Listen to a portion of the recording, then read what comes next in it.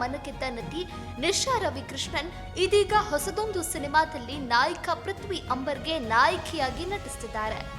ನಿಶಾ ಅದೃಷ್ಟ ಬದಲಾಗುತ್ತಾ ಕಾದು ನೋಡಬೇಕು. ಕನ್ನಡ ಕಿರುತೆರೆಯಲ್ಲಿ ತಮ್ಮ ರೌಡಿ ಬೇಬಿ ಲುಕ್, ಡೈಲಾಗ್ಗಳಿಂದ ಹಾಗೂ ಸಖತ್ ಆಗಿರುವ ಅಭಿನಯದಿಂದ ಜನಪ್ರಿಯತೆ ಪಡೆದ ಬೆಡಗಿ ನಿಶಾ ರವಿಕೃಷ್ಣನ್ ಇದೀಗ ಮತ್ತೊಮ್ಮೆ ಚಂದನ ವನದಲ್ಲಿ ತಮ್ಮ ಅದೃಷ್ಟ ಪರೀಕ್ಷಿಸಲು ಸಿದ್ಧವಾಗಿ ನಿಂತಿದ್ದಾರೆ.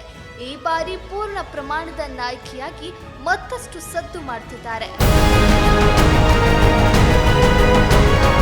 ನಿಶಾ ರವಿಕೃಷ್ಣನ್ ಆರಂಭದಲ್ಲಿ ಬಾಲನಟಿಯಾಗಿ ಅದಾದ ಬಳಿಕ ಸೈಡ್ ರೋಲ್ಗಳಲ್ಲಿ ನಟಿಸಿ ಗಟ್ಟಿಮೇಳ ಸೀರಿಯಲ್ ಮೂಲಕ ನಾಯಕಿಯಾಗಿ ಮೋಡಿ ಮಾಡಿದ್ರು. ಗಟ್ಟಿಮೇಳ ಮುಗಿತಾ ಇದ್ದಂತೆ ತೆಲುಗು ಸೀರಿಯಲ್ನಲ್ಲಿ ಮಿಂಚಿದ ನಿಶಾ ಬಳಿಕ ಅಣ್ಣಯ್ಯ ಧಾರಾವಾಹಿಯಲ್ಲಿ ಪಾರು ಪಾತ್ರದ ಮೂಲಕ ಮನೆ ಮಾತಾಗಿದ್ದಾರೆ. ಇದೀಗ ಹೊಸ ಸಿನಿಮಾಗೆ ನಾಯಕಿಯಾಗಿದ್ದಾರೆ.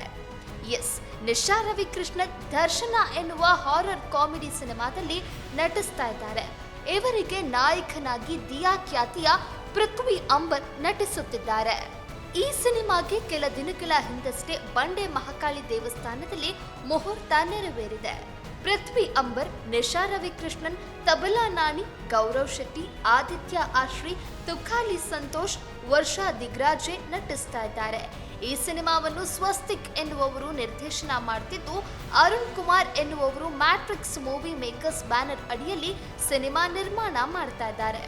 ನಿಶಾ ಈಗಾಗಲೇ 2 ಕನ್ನಡ ಸಿನಿಮಾಗಳಲ್ಲಿ ನಟಿಸಿದ್ದಾರೆ.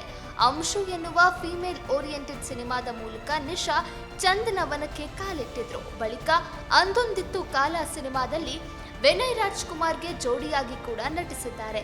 ಇದೀಗ ದರ್ಶನ ಸಿನಿಮಾದಲ್ಲಿ ನಾಯಕಿಯಾಗಿ ಮಿಂಚಲು ಸಜ್ಜಾಗಿದ್ದಾರೆ.